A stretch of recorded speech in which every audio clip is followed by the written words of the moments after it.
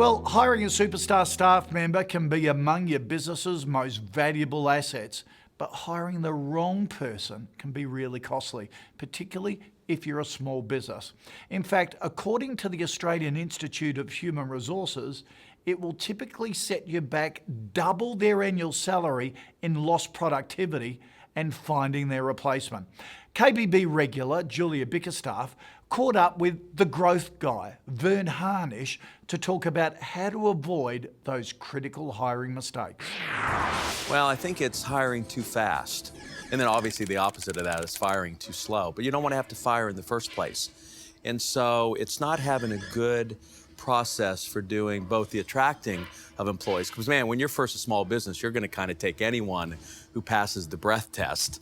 And so do you have a good process of recruiting?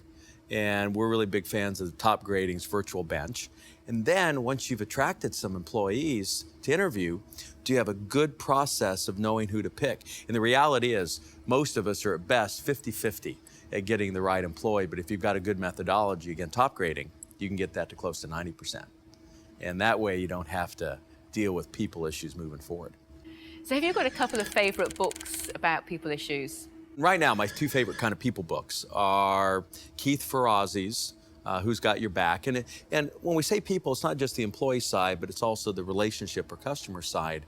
And I think Keith's right. I think the most important decision you have to make is what are the top 250 relationships that your business needs over the next 3 to 5 years to move it forward. And some of those are key employees. Obviously, that includes key customers, but there are influencers, maybe certain government relationships that you need to have, maybe certain advisors. It's being clear those relationships, getting them down on paper, and then what he recommends, the top 50 you stay in touch with every month. The next 100, you want to make sure you touch base once a quarter, and obviously the next 100 once a year. So it's all about nurturing those key relationships. My other favorite book's this new one by Aubrey Daniels. He wrote Bringing Out the Best in People. And it's called Oops, and it's like the 13 management mistakes that I learned in my MBA that just waste time and money. And one of my favorite quotes in there is he says, look, there's a lot easier ways and cheaper ways to piss people off.